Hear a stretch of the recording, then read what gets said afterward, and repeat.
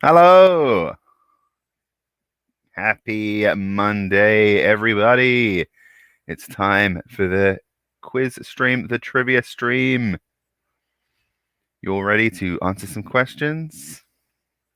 Hello, Shane. Good to have you back. The reigning champ is in the chat. All right. So it's, you know what you're getting yourselves in for at this point, guys. It's our 17th of May trivia stream. So we've got 8 rounds coming up for you. Let's take a look at those rounds. Hi, Matt. As always, kicking things off with general knowledge. And then we have Evening Clear. Best in show. Yes, it's another doggy round. We love to have a doggy round, don't we? We won't be having the dogs on stream tonight. I'm afraid Beans isn't feeling particularly well, so she's going to be taking a week off from internet stardom. Then round 3, break fast. Recently, a large chunk of the world celebrated Eid al-Fitr. So that's the festival of breaking the fast. We've got a breakfast round. Round 4, robot bops. We've had this one before. You know how this one works.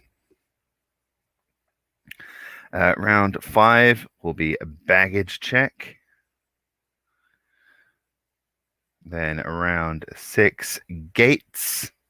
Very minimalist round card there from Jessica. Round 8 must be this tall to quiz. Jessica just cannot help herself. This is a very obtuse way of getting a wiener dog into a round card, but she finds a way.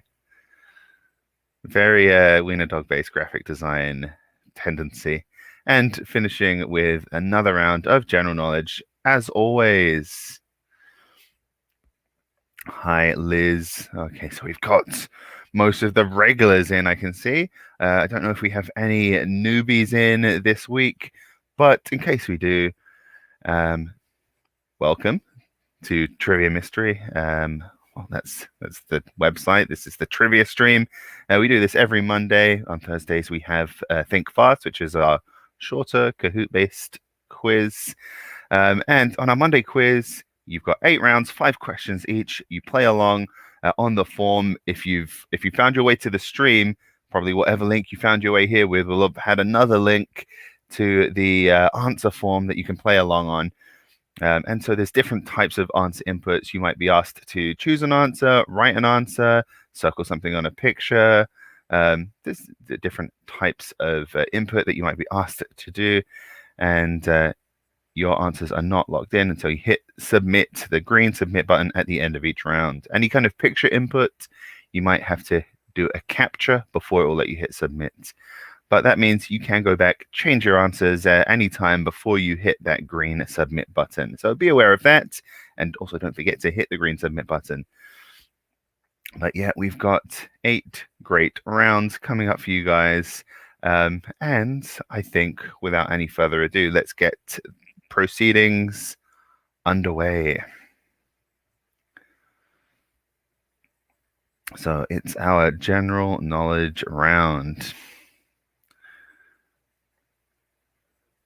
Question 1. Why are black currants and black currant flavored juice and candy relatively unheard of in the US? So certainly in the UK, when you're a little kid, any purple juice, purple drink, purple candy would be blackcurrant flavored by default. Here in the US, that role is filled by grape flavor.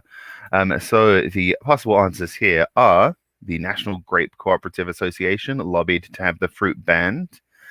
Number 2, black currants or cassis fell out of favor during a period of diplomatic tension with France and popularity never recovered. Option 3, the plant was banned due to acting as a vector for a fungus that kills pine trees. Or number 4, friend of the quiz, John Harvey Kellogg, widely promoted the idea that the consumption of black currants led to sexual degeneracy. We do love a bit of Kellogg trivia on the trivia stream. Man just had a very trivia-filled life. All right. Just looking for a little clarification there. I can see Jessica in the comments. We know that Cleo sometimes plays as Cat Flaps and sometimes as Woking Massive. Which do we have in tonight? Does that mean that both have been entered at some point? We got time to check in on that. So let's have a look at question 2. Yes, I assume you're talking about creme de there, Matt. Cat Flaps is defunct, so it'll be Woking Massive tonight. All right. So, question 2. Roughly how many items of space junk in orbit around the Earth are tracked by the space surveillance networks at the moment? Capitalized because Used an ESA source. They capitalized it, but they also said networks multiple. So I guess this is what they. I don't know. So your options are about 7,200, about 28,000, about 330,000, or about 4 million.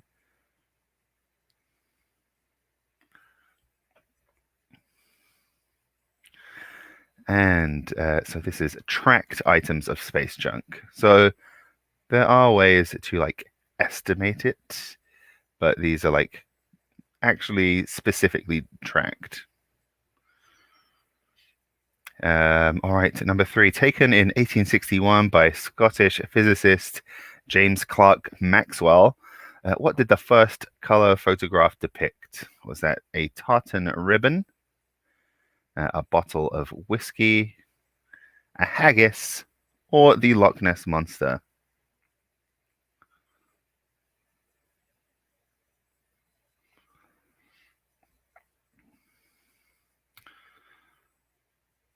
And question 4. Oh, Cassie soda sounds pretty good. Yeah, you see, Europe loves blackcurrant. Which of the following could Queen Elizabeth II? I'm going to specify the second, okay, because maybe royal prerogative worked differently back in the original Elizabethan age. But which of the following could Queen Elizabeth II claim ownership of under her royal prerogative as currently exercised?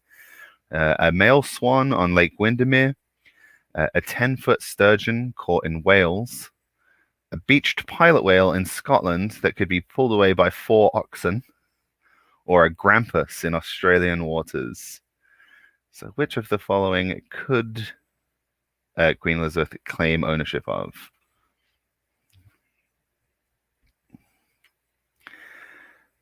And our last one, question 5 of the first round. What was the first televised sporting event in the USA? So not the specific event, just what was the sport? Was it American football, baseball, hockey, or basketball? Those are kind of the big 4 over here. Which was the first one to be televised?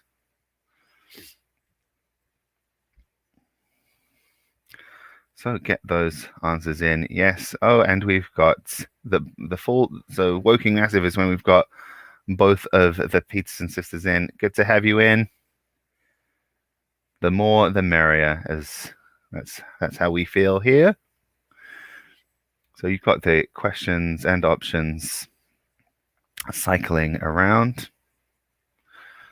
I could go for a Cassis soda. Of course, Ribena, the big blackcurrant brand in the UK. Do you get Ribena elsewhere?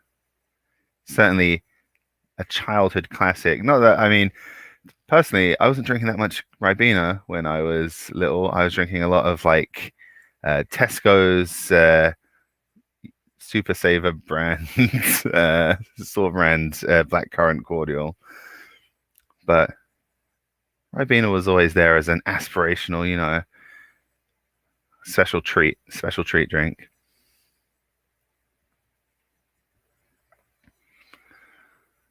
And you could buy Ribena like squash cordial, but it's not really Ribena unless it's a little juice box, is it?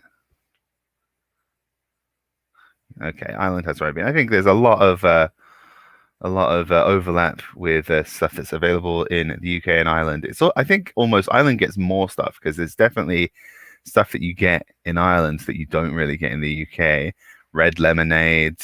There's that like orange flavored milk, I seem to remember. Okay, Van Gogh's having a little internet crisis. Jessica, do we have the answers? No, okay.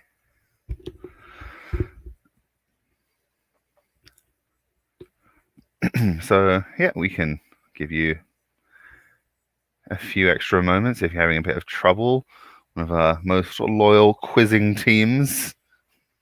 Not that we play favorites.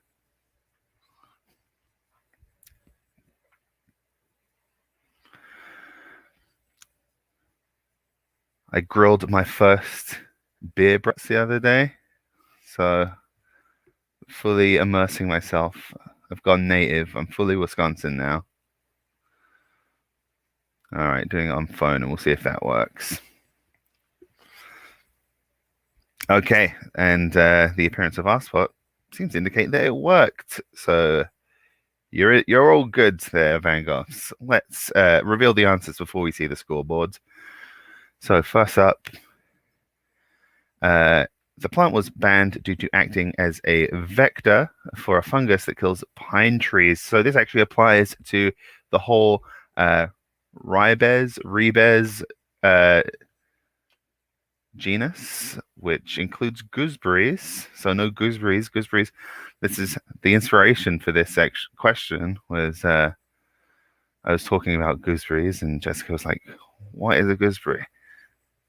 And yeah, all banned for that reason. Yeah, they can carry a type of white scale fungus, white scale powder, or whatever it's called. I can't remember. I looked it up, but yeah, they can. They introduced it to the US like 100 years ago. They're still dealing with it today. And yeah, the genus name Ribes, that's where the name Ribena comes from. Yeah, about 28,000 tracked items of space junk. So there are like statistical estimates that, including like pieces smaller than a centimeter, there are millions of pieces of space junk, but individually tracked ones, there's about 28,000. Snosbury is also included in the genus Ribes dahlius. Yeah, so they also fall under the ban.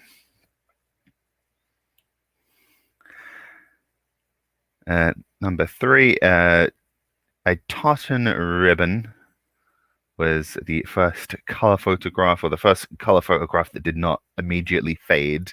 So there had been attempts, obviously, at perfecting the technology, and the first successful one was a tartan ribbon.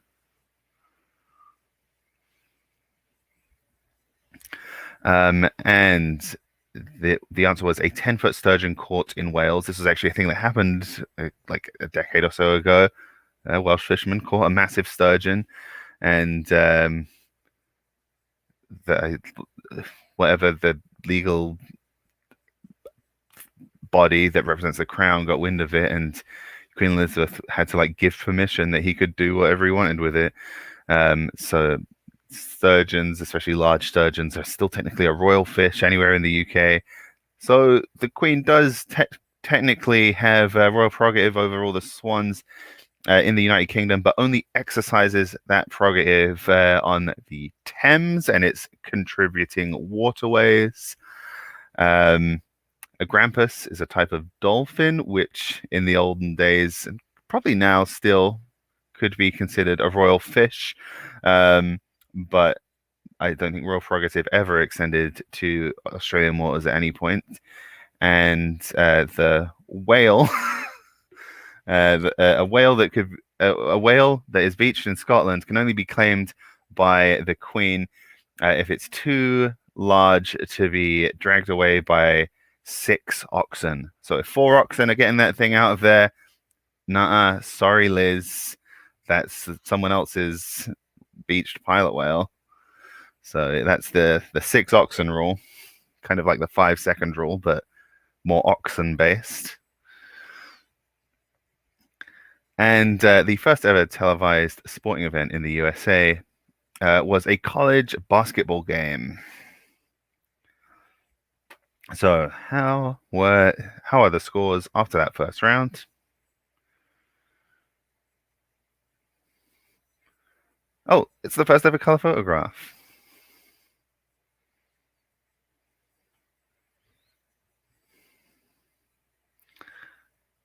We got it in there.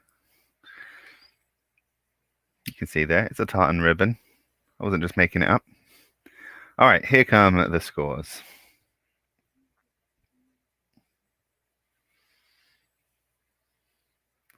Just had to move stuff around to get that ribbon in there.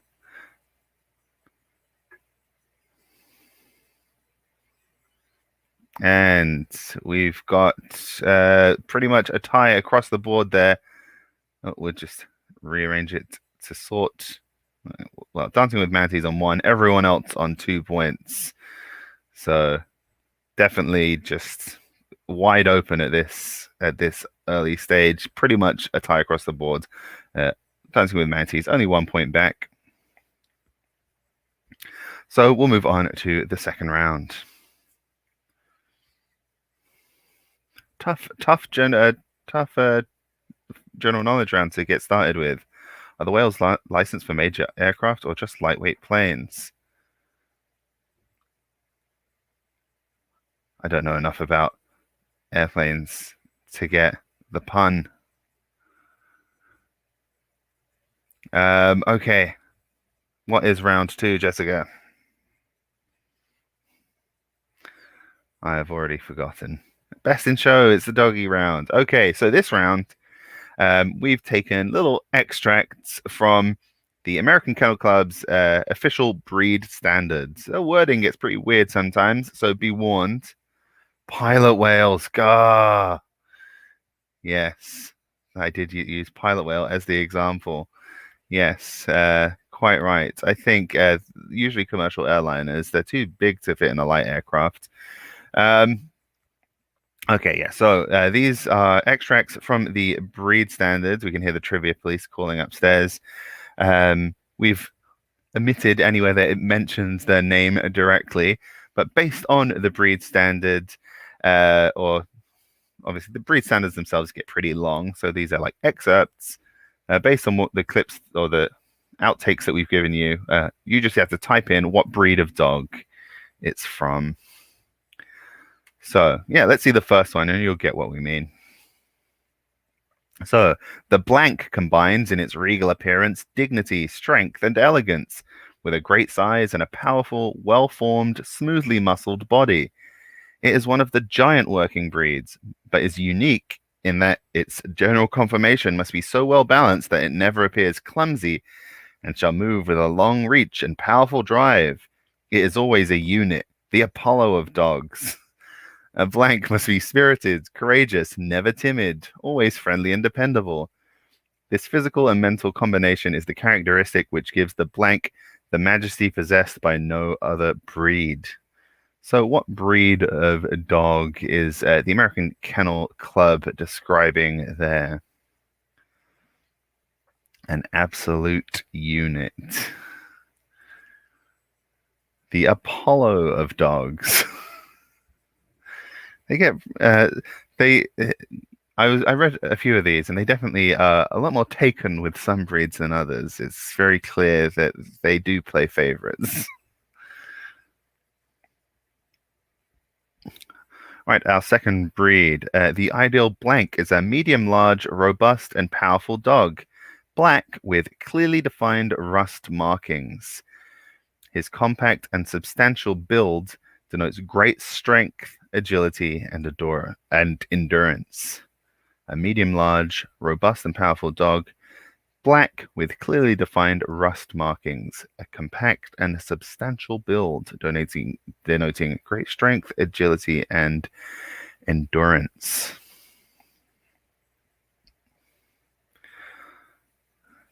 All right, long one next. The blank is an aristocrat. His whole appearance one of dignity and aloofness, with no trace of plainness or coarseness. He has a straight front, proudly carried head, eyes gazing into the distance as if in memories of ages past.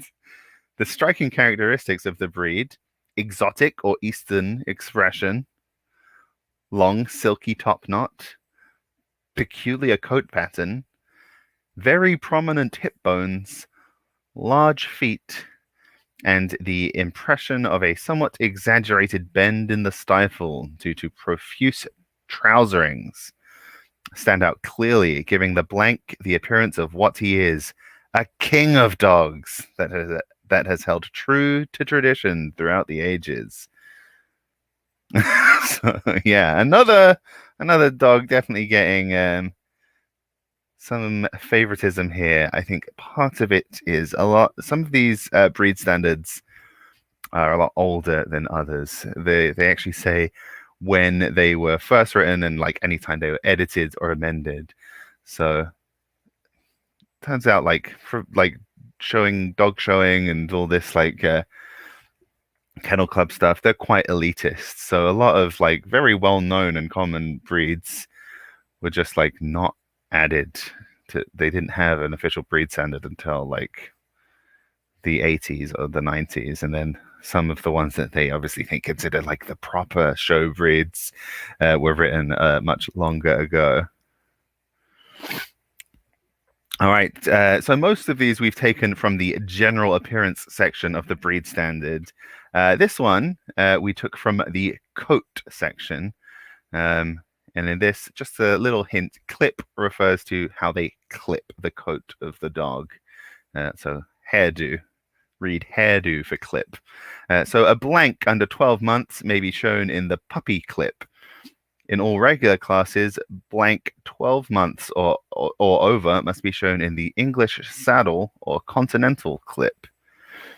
In the stud dog and brood bitch classes and in a non-competitive parade of champions, blank may be shown in the sporting clip. Blank shown in any other type of clip shall be disqualified.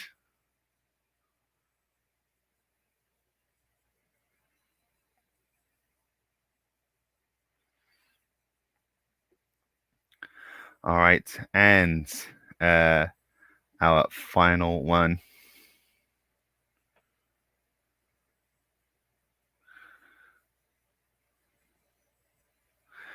Another long one here.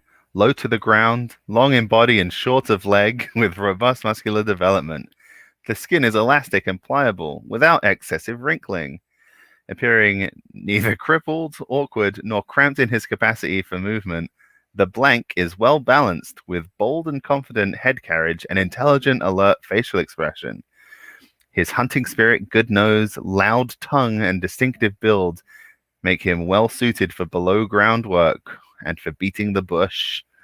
His keen nose gives him an advantage over most other breeds for trailing. Note, inasmuch as the blank is a hunting dog, scars from honorable wounds shall not be considered a fault. So, this is a breed you could take to a dog show with some honorable scars and not be docked points. So, yes, some pretty wacky language here. Oh.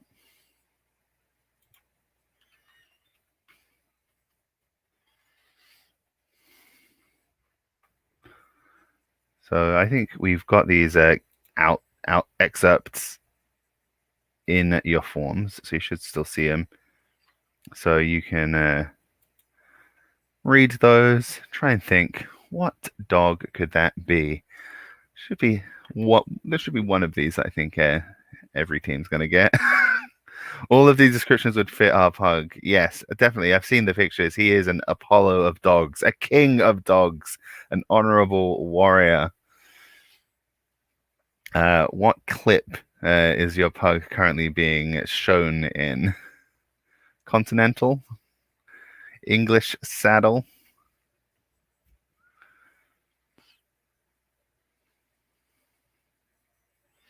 The first one, definitely.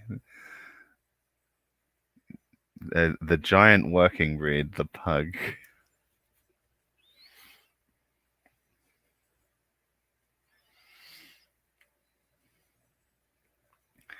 Continental. He lives on the continent, so that's a good start. I think, yeah, all dogs on any continent technically have a continental clip if you think about it. Oh no, oh dear. I don't want to think about it.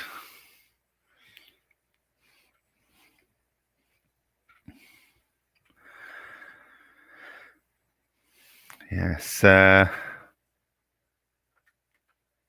don't the whole kennel club thing, the whole pedigree of dog stuff, it's all weird. It's not very good, is it? Although I think Frank came out of that he's a rescue, but I think he was rescued from like a pedigree breeder. And he's very neurotic, so there you go. I don't think dogs need to be purebred.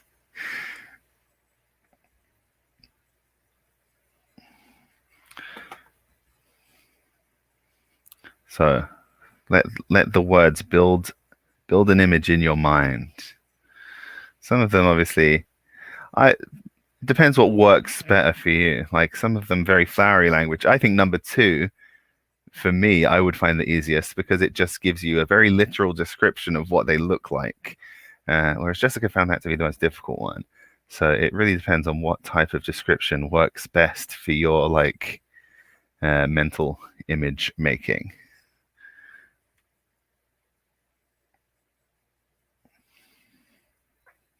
And of course, I think there's one in particular that you'll probably all get.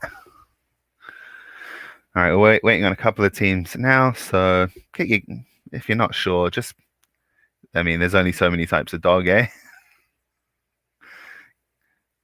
Guess something that's roughly in the ballpark and hit submit, and we'll see how everyone's done.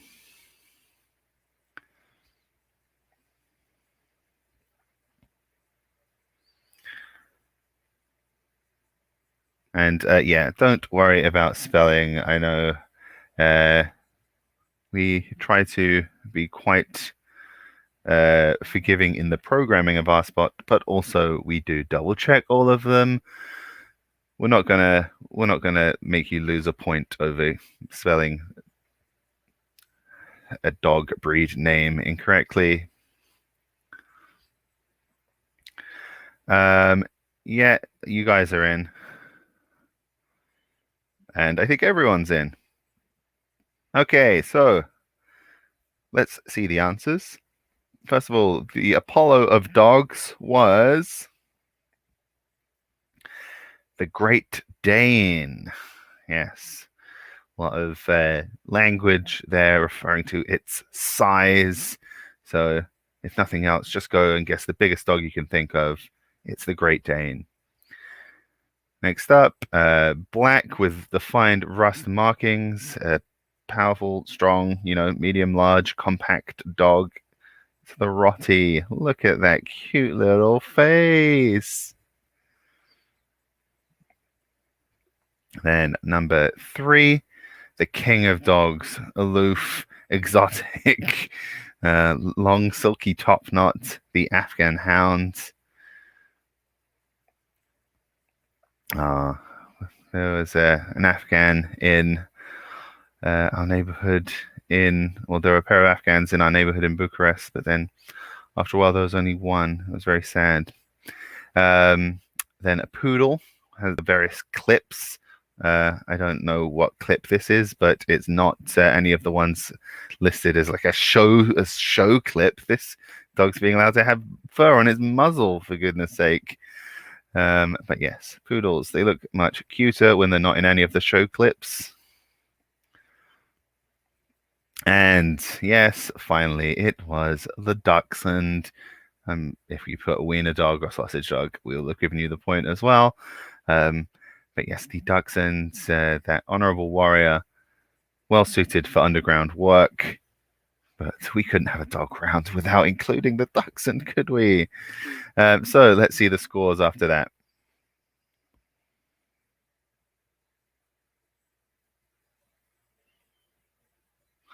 Thank you so much, in return. Like presents on the sidewalk. Boy, howdy do they. So now we've shaken things up a little bit there, and tied in first place, we've got the Van Goghs and Woking Massive, both of them having very strong rounds there. And then Flying Solo and Cormax Enterprises tied on 5. F&B for Presidents on 4. Dancing with Manatees on 3. So still very close after 2 rounds. That's like stuff on the down low, hush hush. Yeah, no, it's killing badgers for a full-size dachshund, or yes, in Beans's case, attempting to kill rabbits.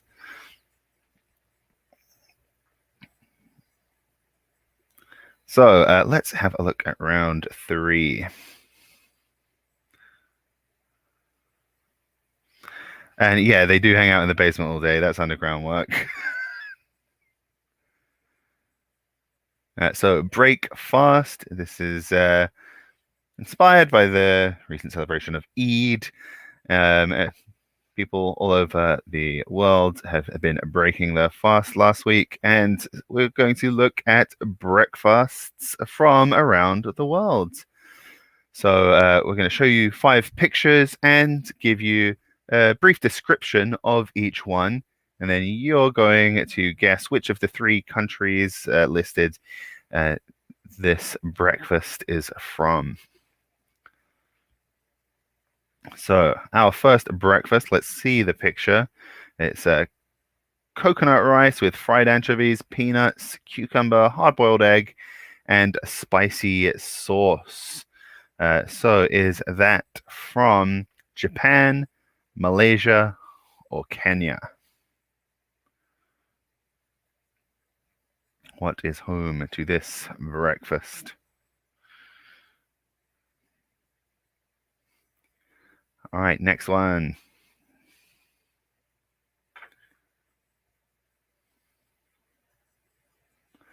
A toast, coconut jam, and butter sandwich with soft-boiled eggs and coffee. So these pictures, usually slightly less clipped versions of these pictures, will be in the answer form, so you can see them in a bit more detail at your own leisure. So is this breakfast from Singapore, Brazil, or Ghana? All right, our next international breakfast. Green bananas stewed with sweetbreads, beans, and peanuts. Does this meal come from Jamaica, Bangladesh, or Uganda?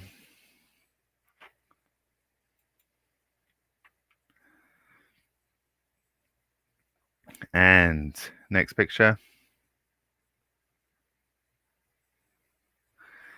All right, garlicky chickpea soup with tuna, capers, olives, and egg. Egg usually cooked in the soup. Is that from Tunisia, Italy, or Iran? And our last international breakfast, a stale bread-based porridge flavored with butter, honey, rosehip, and slash or white cheese. So does that one come from Australia, Ireland, or Bulgaria?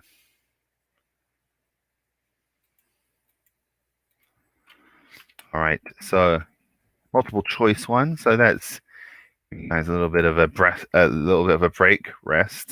and rest combined. Breast, it turns out, is what my brain decides to say from typing in the answers. So yeah, get your guesses in. Oh dear, oh dear. This is why I need to sleep more on Sunday nights. All right, I'm just going to make sure I've got all the names of these.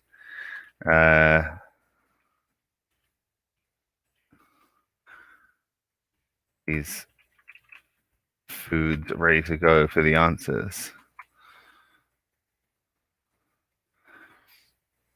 Okay, so what did everyone have for breakfast today? A new breakfast place in your hometown. Proper bacon breakfast. Yum, yum. That's a rarity in the Netherlands. I'm surprised to hear that. I just really thought that we were still in bacon country. You know, I thought the Low Countries were lovers of bacon, but is it reserved for other meals typically? What do you guys usually have for breakfast there? Obviously, I know we've got quizzes from different parts of the UK and Ireland in, so there's probably going to be a disagreement over the superior fried breakfast, skyr and muesli, or banana and coffee, sandwich and some yogurt. Yeah, I'm often just yogurt and grains as my breakfast. It's a good one to just keep you going till lunch. Recently, black coffee to shock. Yeah, we have black coffee as well. Recently, there's often been a little sleeve of cinnamon rolls or donuts out on the kitchen counter when I come down in the morning. So it doesn't really do me any good to have a bunch of sugar first thing in the morning, but I'm also not really good at exercising willpower first thing in the morning. I would have to say the Irish breakfast is the supreme incarnation of that family of related breakfasts because it's just got all the stuff you'd get on an English breakfast, but you've got like white pudding and potato cakes, potato bread, whatever you want to call it, potato falls, as whatever you originally call it. Has your answer for question 4 come through? Asks Corn Max, a representative of Corn Max Enterprises. So yes, that has come through. Yeah, see, I didn't know that white pudding wasn't a common part of an English breakfast for quite a long time because I grew up in a household with an Irish parent, so we would do the fried breakfast and we would have basically an Irish breakfast. We'd have white pudding and some soda bread. All right, so that means all the answers have come through. So we'll reveal the answers. First up, we have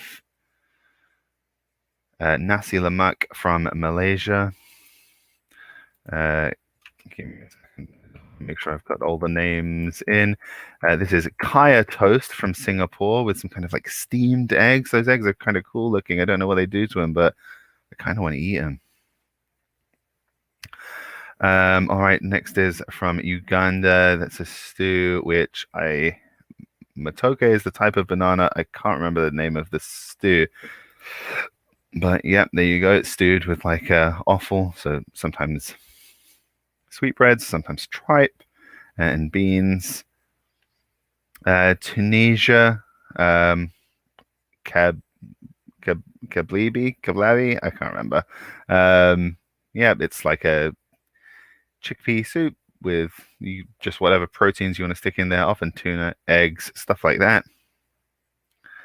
And Bulgaria, this bread porridge is apparently eaten throughout Southeast Europe. Most of the former Yugoslavian republics also will eat this, but I guess it's especially associated with Bulgaria, seeing as rosehip is one of the traditional flavorings, and Bulgaria is the rose garden of Europe. That makes sense. All right, so I think we got all your number 4s. It's just the display thing isn't showing them to you. I should have noticed that when we did the test run. My bad.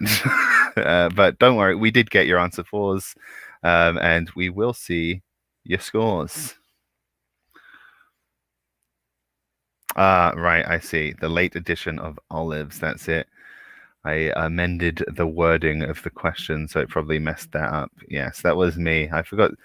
Well, the first version of the dish that I read didn't mention them, but then every picture I found of it had very obviously had olives in. I'm like, well, I can't show a picture that very clearly shows olives and not include them as a listed ingredient. Okay, so we've got another round's worth of answers in, and that means it's Woking Massive and Corn Max Enterprises now tied in first place with 9 points each. Bangor slipping into second, but they're only 1 point back on 8. F&B for Presidents on 7, Flying Solo with 6, and Dancing with Manatees on 5 points. All right, so it's heating up. We're getting a bit of a spread between the top and the bottom of the pack now. Last round before the intermission is Robot Bops. We've played this one before. You know how it goes. We're going to give you some robot interpretations of the lyrics of well-known songs, and the theme for it this time is songs from musicals. So these are just original songs that appeared in movies or stage productions. So maybe not all of them would be fully thought of as like a traditional musical, but the song is like an original song that appeared sung like by characters in like it's within the world of the film, not just like listen that they don't just listen to it on the radio. The characters are having a full song and dance. So it's as always a 10-point round when we do a music round, only this time instead of the name of the song and the name of the artist, instead we're looking for the name of the song and then the name of the either movie or musical that it featured in, so whether that be a movie or a stage production. And often the stage productions become movies and vice versa. That's just kind of the way it goes with musicals, isn't it? So let's listen to the first one. Some things in life are bad. They can really make you mad. Other things just make you swear and curse. When you're chewing life's gristle, don't grumble, give a whistle, and this'll help things turn out for the best. All right, so that was the French-Canadian voice on one of the text-to-voice programs available for free online. Really hamming it up there, but get what you can from it. Some of them are a bit easier to understand there, but that's a pretty well-known song, so I decided to stick one of the harder voices on it. Let's have a listen to the second one. How does a bastard, orphan, son of a whore and a Scotsman, dropped in the middle of a forgotten spot in the Caribbean by Providence, impoverished in squalor, grow up to be a hero and a scholar? All right, so there we go. That's number 2. And of course, as always, these are all going to be embedded in your answer form, and it's round 4, so that does mean the intermission's coming next, so you'll have time to re-listen to any of them during the intermission if you so need. All right, clip number 3. The window is open, so's the door. I didn't know they did that anymore. Who knew we owned 8,000 salad plates? For years I roamed these empty halls. Why have a ballroom with no balls? Finally they're opening up the gates. So something I was delighted to find was they've, since last time I did this round, added just like Welsh accented English to the robot voices, which I find very amusing. Looking forward to more accents being added. All right, so that one was Welsh. Well, Welsh English, and let's have a listen to number 4. Raindrops on roses and whiskers on kittens, bright copper kettles and warm woolen mittens, brown paper packages tied up in with strings. These are a few of. All right, cutting it off there before we give the whole game away. And the last one, probably the hardest one. Let's give it a listen. Start the car, I know a whopping spot. Where the gin is cold, but the piano's hot. It's just a noisy hall, where tears a nightly brow, and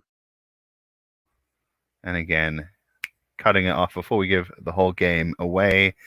That was Bahasa Indonesia text-to-speech converter. So you can listen to these as much as you like, as long as you do it within the intermission, which is going to be a couple of minutes. Blame me for eating chocolate. Blame me for the old form issues as well. I take responsibility for these things. All right, so we'll give you a little minute of no intermission video just so you can re-listen to stuff. Then the intermission video will go on. That lasts about 2 minutes, and then I'll be back, and you should have your answers in by then. So see you in like 3 minutes.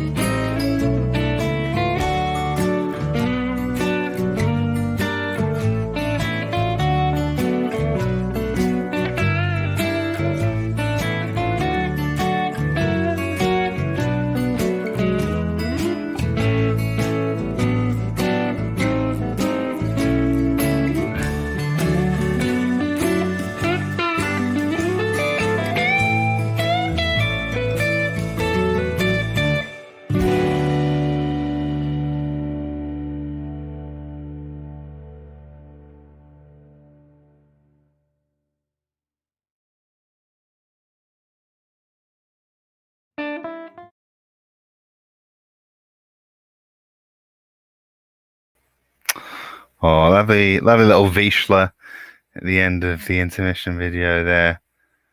Just a dachshund on stilts, aren't they? All right. So, hopefully most of you have got your answers in during that intermission. How many teams are we waiting on, Jessica? I'll see the info pop up. You won't see it.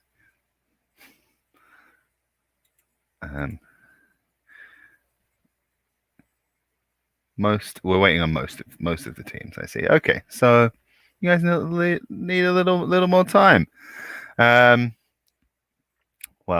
I guess you're probably listening to them, and me talking over them is really annoying for you right now. So I'm going to keep going.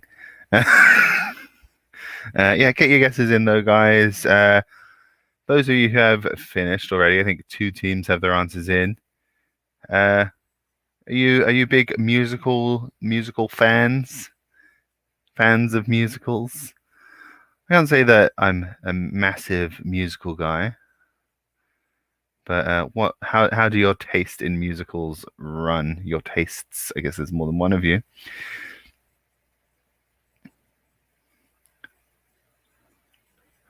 I have been to, what have I seen? I saw Avenue Q once, like years ago. I think that's the only musical I've ever seen, like, on stage.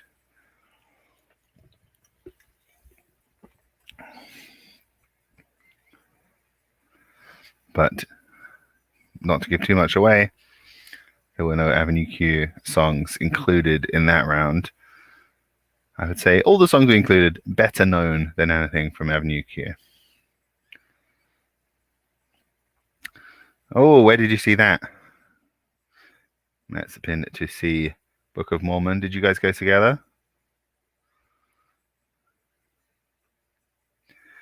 Obviously, that's a very well received one. Everyone raved about it.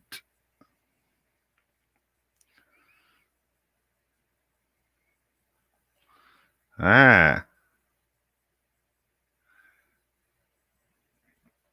Cool. Hanging around a green. So are you on the other side of the curtain, Kelsey?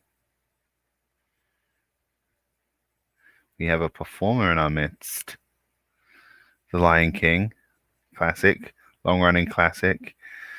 Yeah, I've never seen any. I guess the Lloyd Webber musicals seem fun. I can't remember if we included one in this round. All right, everyone's in, so we'll see the answers. So first up was Always Look on the Bright Side of Life from Monty Python's The Life of Brian. A stage manager, cool. Number 2 was Alexander Hamilton from Hamilton.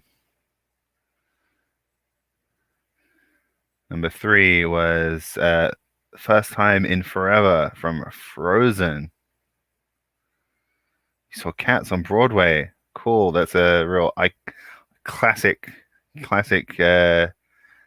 musical thing to do, isn't it? It was on the West End for years and years as well. Number 4 was My Favorite Things from The Sound of Music. I would say probably the easiest in terms of like how well known the song is. And finally, number 5 was All That Jazz from Chicago, it's a good tune. I like that song. So let's see how you guys did on this round.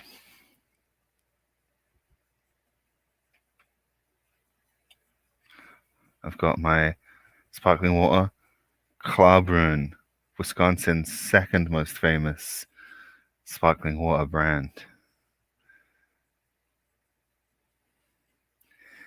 And pretty good scores kind of across the board there, apart from Woking Massive, not big musical fans. Testy showing up. Is this a test round that we did earlier that's still living in the scoreboard? Okay, but that means that Cornmax are on 15.5 points. They got a half point there. I'm guessing they probably just wrote Monty Python or something for The Life of Brian. The Van Goghs just a half point back on 15. F&B for Presidents 13. Dancing with Mantis 12. And Woking Massive and Flying Solo tied on 11. Oh, tough round for Woking Massive. Let's keep things moving, though.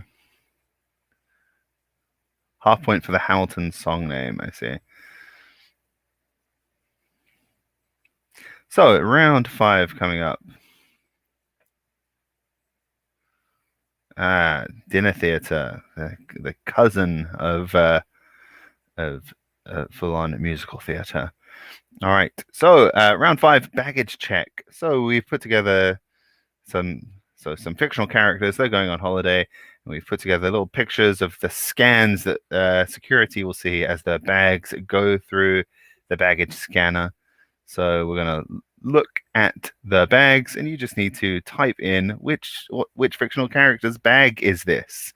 So I think we're going to start you off with a pretty easy one, just so you get the gist of what we're going for. So we can see, boop, that rolling suitcase is going through, and we can see the contents as it goes through the baggage scanner. Whose bag is that? Whose luggage is that? So they're all fictional characters. Type your answer in, and then we'll see the next one. So bag number 2. So this stuff's a little more crowded together, a bit more difficult to see. We've round question 1 to ease you into the format, and round 2 we've made it a bit more visually crowded. Whose backpack is that going through the scanner? All right. Number 3. All right, and they're we're making them a little more visually busy as we go through the round.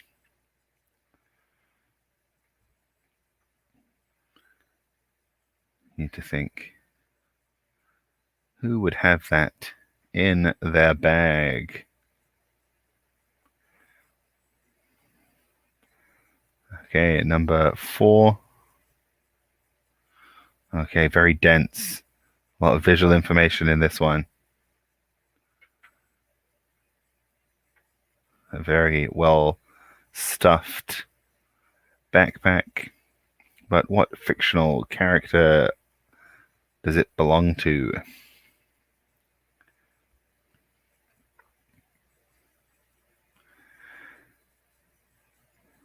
And our 5th and final scanned bag,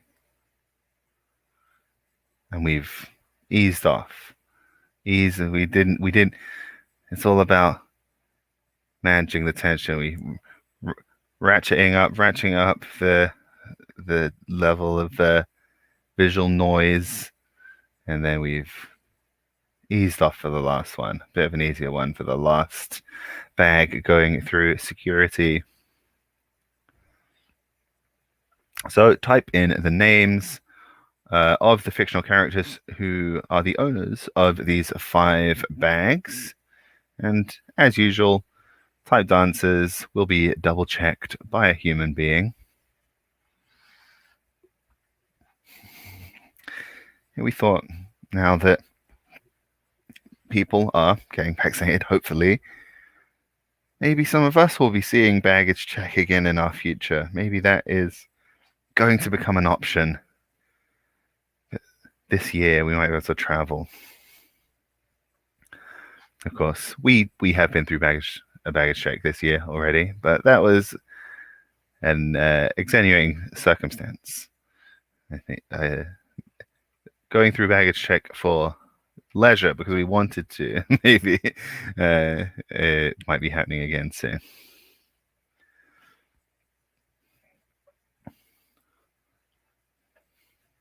I seem kind of low in the shot. Can I? I don't want to mess with my light balance too much.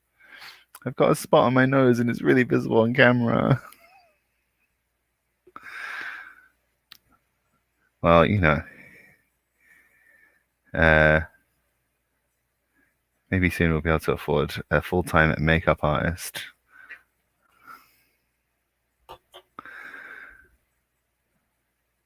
Really, go all out on production value.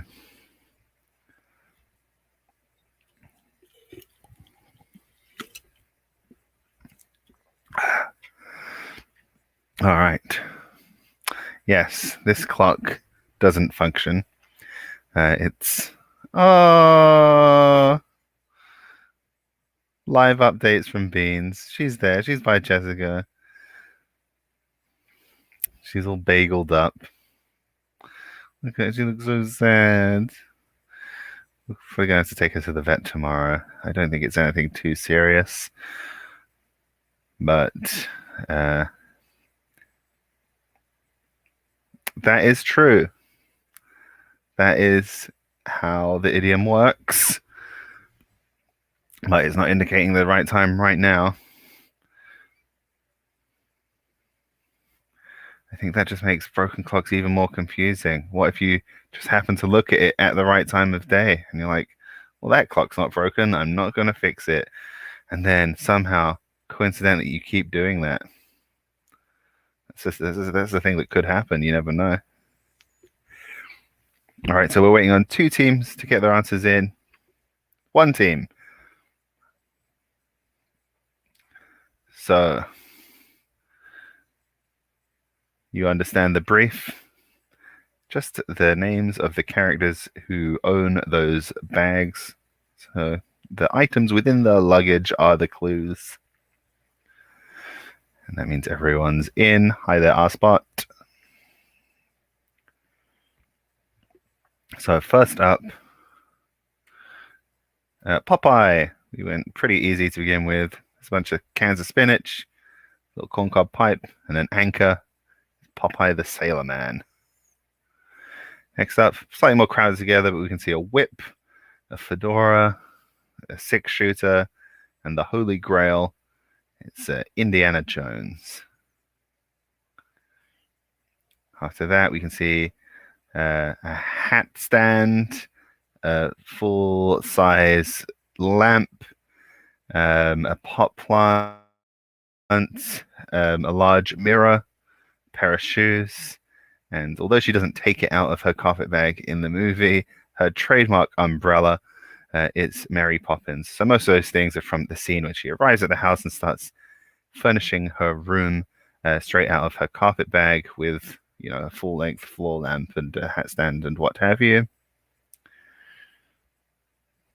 Next up, it's Wally/Waldo, whichever name you grew up with, we will have accepted.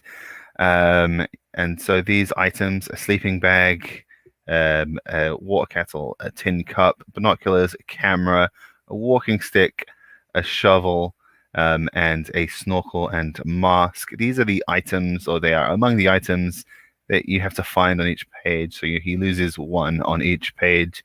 So he starts off carrying all of them. By the end of the book, he's lost them all.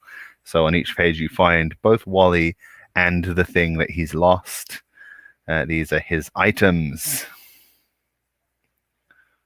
My items! That's a little in-joke for me and Jessica. And Sherlock Holmes. So yeah, we've got the Deerstalker, the pipe, a notepad and pencil for keeping track of his clues, magnifying glass, and a little baggie of cocaine and a razor blade to chop it up.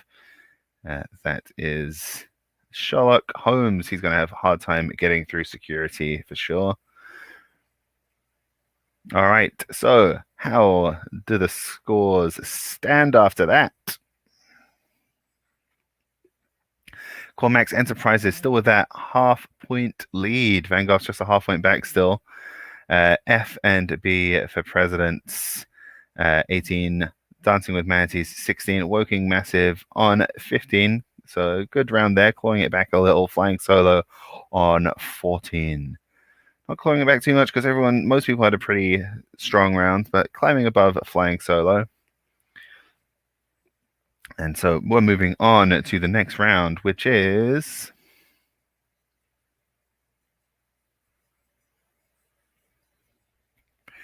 Gates. Round 6, Gates. And this is scandals, controversies with the gate suffix.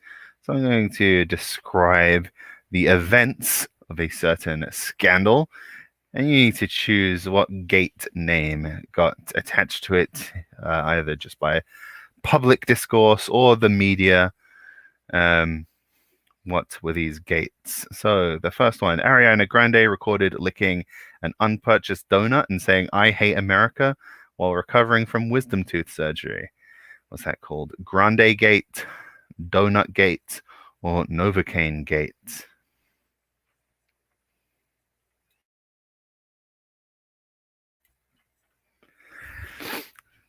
So anyone remember this story?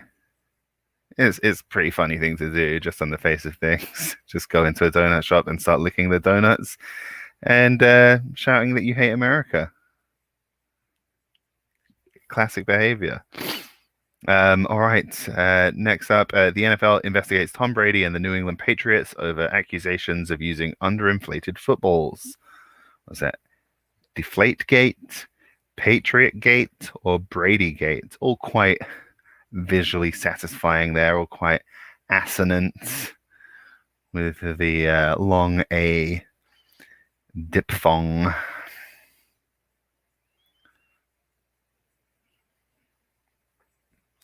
Repeated in the word.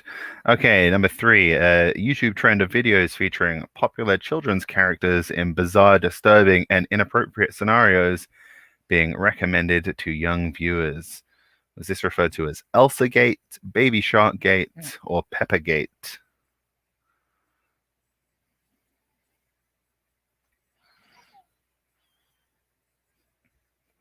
Yeah, the light seems weird today. I can't figure out why. I think I'm in more or less the same position as usual.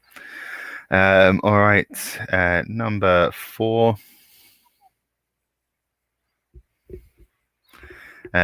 The DNA analysis reveals that horse meat was, so these are all written in the present tense. This is like, these are all things from the past though. DNA analysis reveals that horse meat was found to be present in up to 40% of frozen beef products sold in the UK and Ireland supermarkets. Was that called Lasagna Gate, Tesco Gate, or Horse Gate?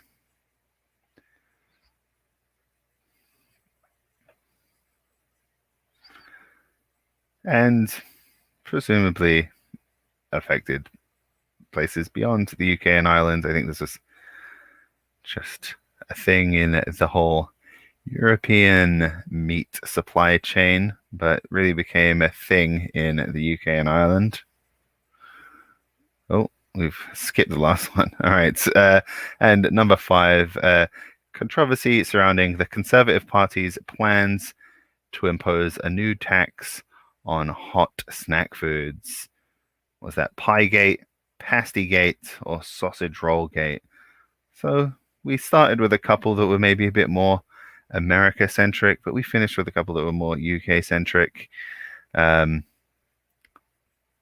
that we could have used it a bit more, but I think the whole gate thing is more of a Anglosphere kind of deal. So get your gate guesses in. Get in the gate.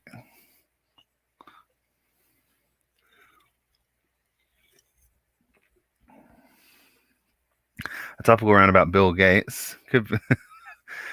He's back on the market, ladies and fellas.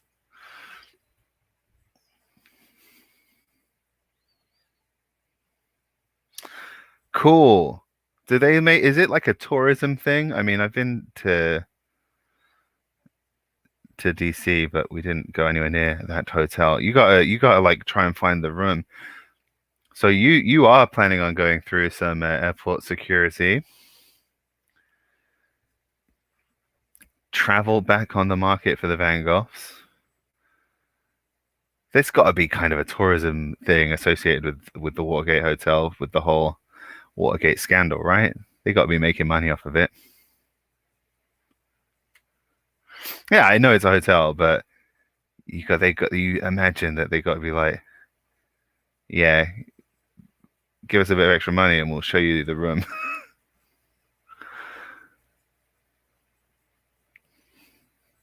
They should do anyway.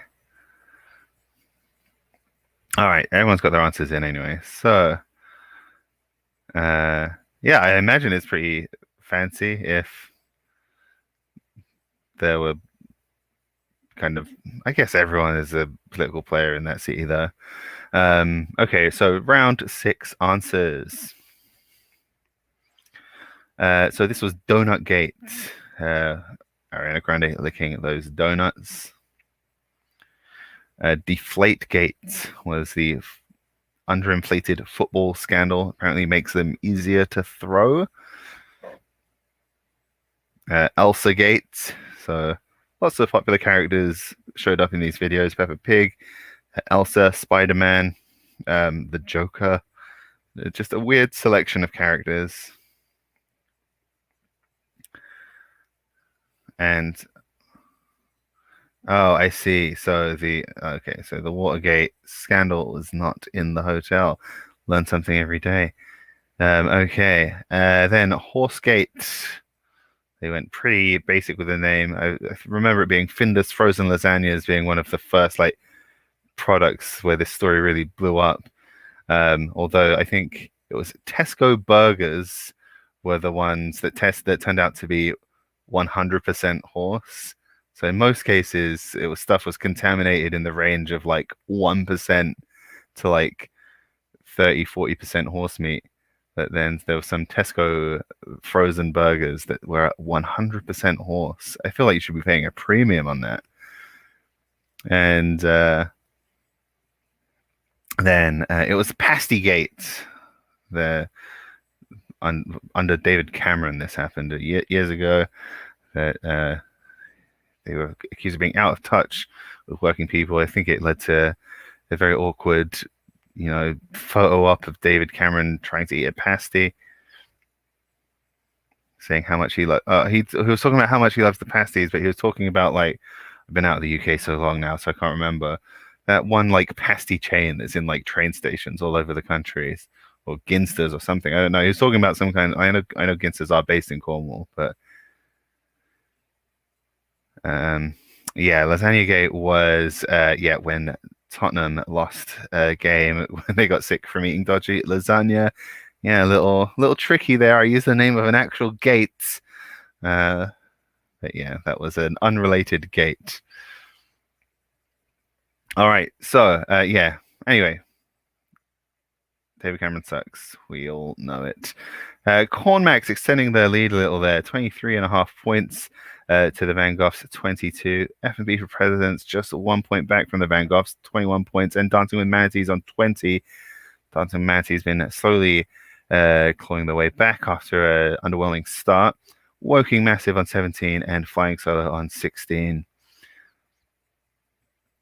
All right, so we're on to our penultimate round. And it's one where Jessica's really decided to go all out on squeezing wiener dogs into the quiz. Must be this tall to quiz. And we're going to be looking at the history of like fairground rides, amusement park rides. So, it must be this tall to ride.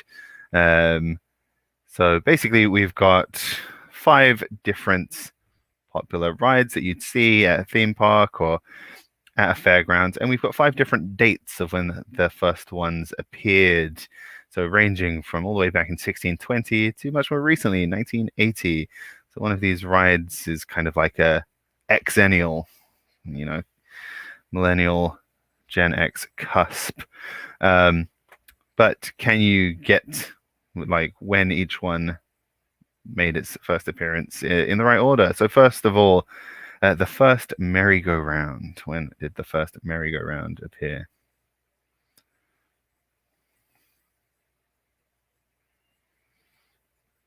All right, next one. The first modern roller coaster. So by modern roller coaster, we mean it's like on rails, on a track. which I think pretty unambiguously, to be called a roller coaster, you got to have rails. But the reason I've specified is that in some languages, they still use the name Russian mountain to refer to roller coasters after a precursor where they just built big, like fake slopes made of ice in Russia. And that's kind of seen as like a precursor to roller coasters. It seems like a completely different thing, if I'm being honest.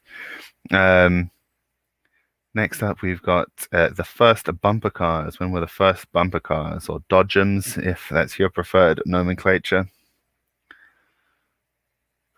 And the first river rapids ride. I don't know if there like a real unified name for this type of ride. You know the thing, though, if you've been to a theme park, you've probably seen one of these. You're in a round boat going down some white water. And last one.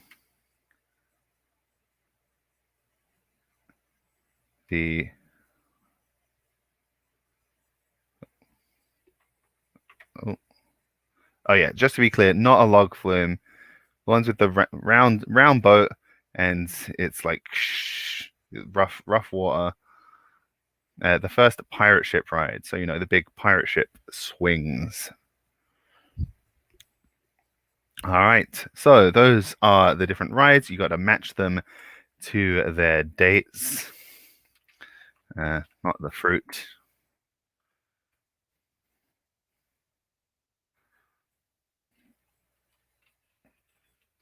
Okay, so yeah, not a log flume. That's a separate category of rides where you go down just a non-white water river and then get lifted up and dropped down a slide at the end.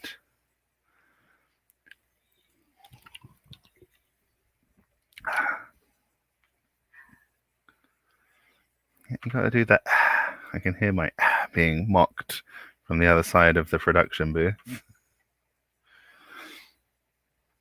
All right, so this is another thing that hopefully we will be able to do this summer. I don't think I consciously made this decision, but a couple of these rounds are just like the big giant big boat swing. Pirate ship is the big, you know, the thing you're describing. It's a big ship and it goes. Sometimes they're often pirate themed, sometimes they're Viking longboats. I know there's at least one in the UK where it's like Egyptian themed, ancient Egypt, I want to say. Is that Chessington World of Adventures? This is an example of what we mean by a river rapids ride. One of these guys.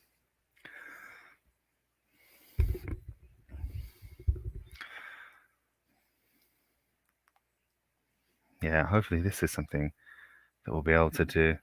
We are in Wisconsin, and of course, Wisconsin contains Wisconsin Dells, the water park capital of the world.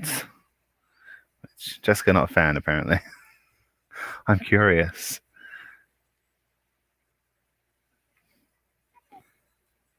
All right, we're just waiting on one team now to get those answers in. And let's have a little look. I did have all the info here, and I didn't keep track of it well enough, but I know more or less when these things came from or where they came from.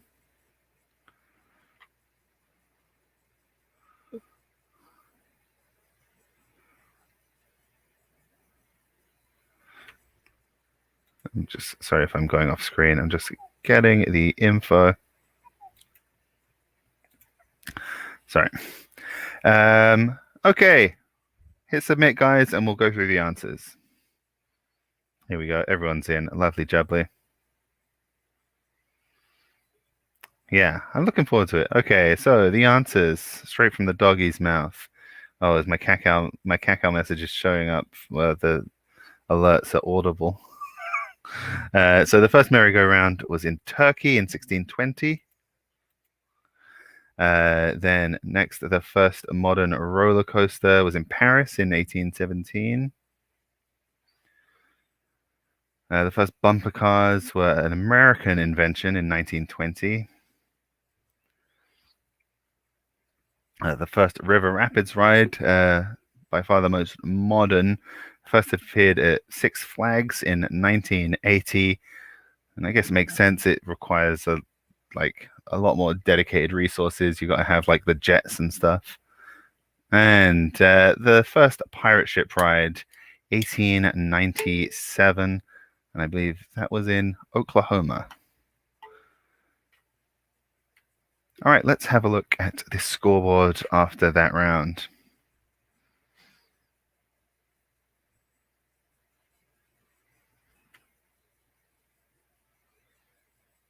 And here we go. So again, with the 1.5 point lead, so maintaining, pretty much even across the board, barely any change. In fact, Woking Massive having a 1 point differential on every other team there. So climbing the table. Unfortunately, 5.5 points shy, not going to be enough to catch up for a potential tiebreaker. But nice try. So Cormax Enterprises, the 1.5 point lead going into the final round. Behind them, the Van Goghs, F&B for Presidents, and Dancing with Manatees, all within striking distance of the win. Then behind them, Woking Massive and Flying Solo. So last round, as always, it's another helping of general knowledge. Let's see the first question.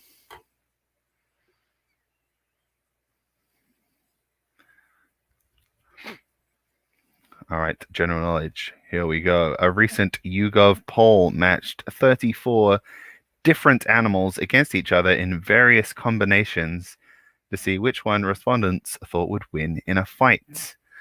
Where did unarmed humans rank out of 34? So the way this worked is they matched them up in various permutations, and then they were ranked by win percentage. So which won the highest percentage of their fights.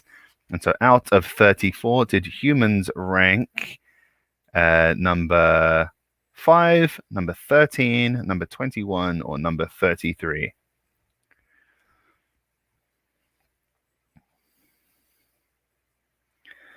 Okay, next one. Which of these religious observances lasts for the longest period of time?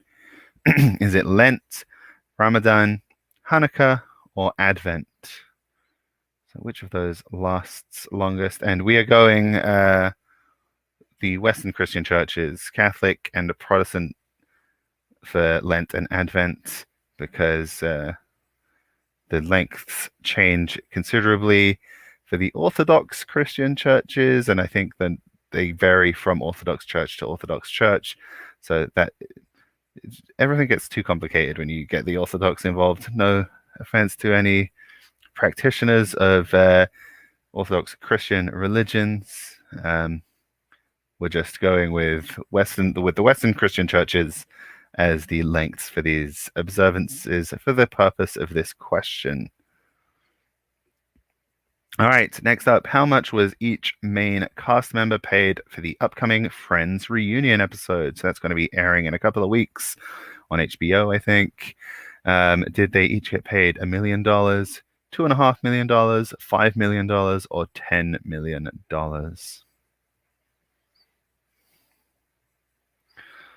All right, number 4. What is this creature that washed up on a California beach last week? Is it an anglerfish, a football fish, a hagfish, or a bladderfish?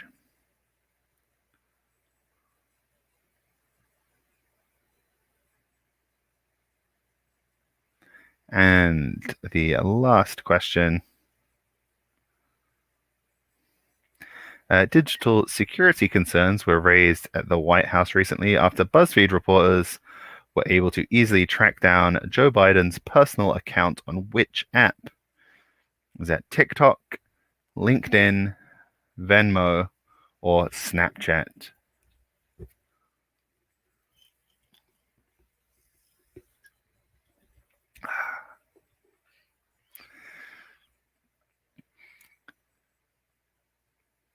my God, they are still calling. You'll never take us alive. So you've got all the answers there, and get your answers selected. We'll see who the winner will be. Having a half point in there does significantly reduces the odds of a tie break, but still possible. If Cornmax falls to third place, then we could still potentially have a tie break ahead of Cornmax. But it does mean Cornmax will not be part of any tie break that may or may not happen. But certainly Cornmax has the advantage going into this round. 1.5. It's a good lead, but I think we've seen bigger leads evaporate in the final round before.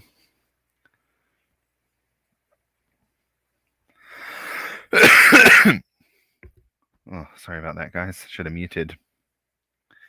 Oh, I see. A reference to the fighting animals one. So the same poll also got people, instead of just to rank unarmed human, they had to assess how they thought they themselves would do against various animals. People were pretty conservative. Generally, people thought they couldn't fight a wild animal, basically. There were some extra animals thrown into that one, I think, that weren't in the other 34, or they just used a different selection. But I go back and forth between thinking I could fight a cheetah or I couldn't. Jessica's very insistent that I couldn't fight a cheetah, but they don't seem so odd. You've seen them, they're well skinny. Just a big house cat.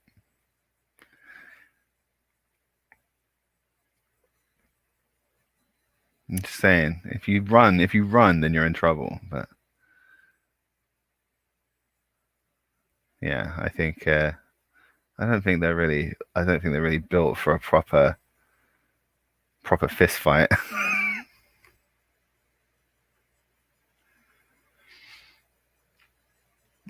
But yeah, generally there were like 8% of people who thought they could fight a grizzly bear and win unarmed. Which, what are people thinking? Have they ever seen a grizzly? Did they have like anything close to an accurate mental image of what a grizzly bear is? Okay, so let's have a look at the answers. Yeah, unarmed humans ranked 33 out of 34. Only geese ranked lower. Ostriches ranked just above us. What is that? That dog sounded close by to me. Lent lasts the longest. Lent is 40 days long. Some of the others change depending on like when it is. Oh, the dog woke up because I said geese. That makes sense. She does like to chase geese. So Ramadan, it's like 26 days. Hanukkah, 8 days. Advent, no, Ramadan's about 30 days. Sorry. Advent about 26, 28. I think that's the most variable one, depending on what day of the week Christmas falls on, but never more than like 28 for Advent. So Lent is the longest. Each friend was paid $2.5 million. Honestly, I would have predicted a bit higher because I remember back when it was on, they were getting $1 million an episode each, and that was like ages ago. Then number 4, that is a football fish, is how it was referred to in the articles. I mean, it's been going around this week. Real creepy looking guy. Well, almost certainly a female, actually, from looking at it. And number 5, Venmo. It was his Venmo. He briefly mentioned in some like New York Times profile that he'd use Venmo to send money to his like grandkids sometimes, and some BuzzFeed reporters were able to track it down instantly. And as funny as the idea of a Joe Biden Snapchat or TikTok is, personally, I was most amused by the idea of what Joe Biden's LinkedIn would look like, being that he's been in government for like 50 years. Okay, so let's see Do we have a tiebreak? Do we have an outright winner? We can reveal it all now. Here we go.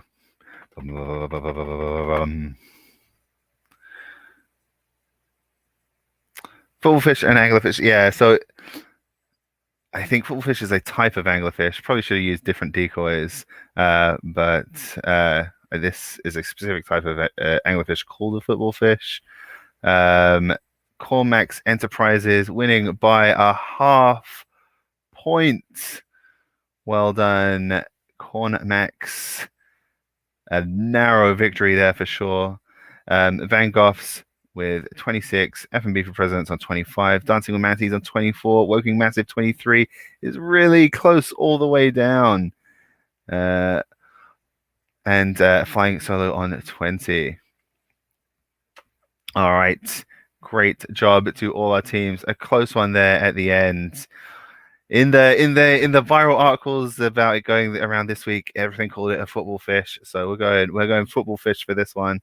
And that means it's a half-point victory for Cormax. So close for the Van Goghs.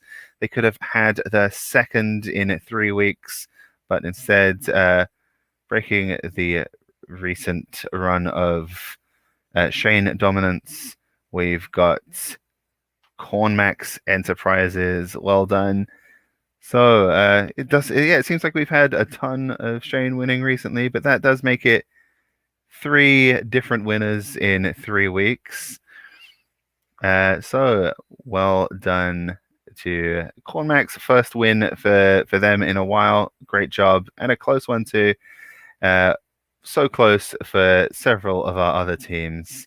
Not to be this week. But come back next week. And don't worry, we will you'll get them next time. All right. Yes.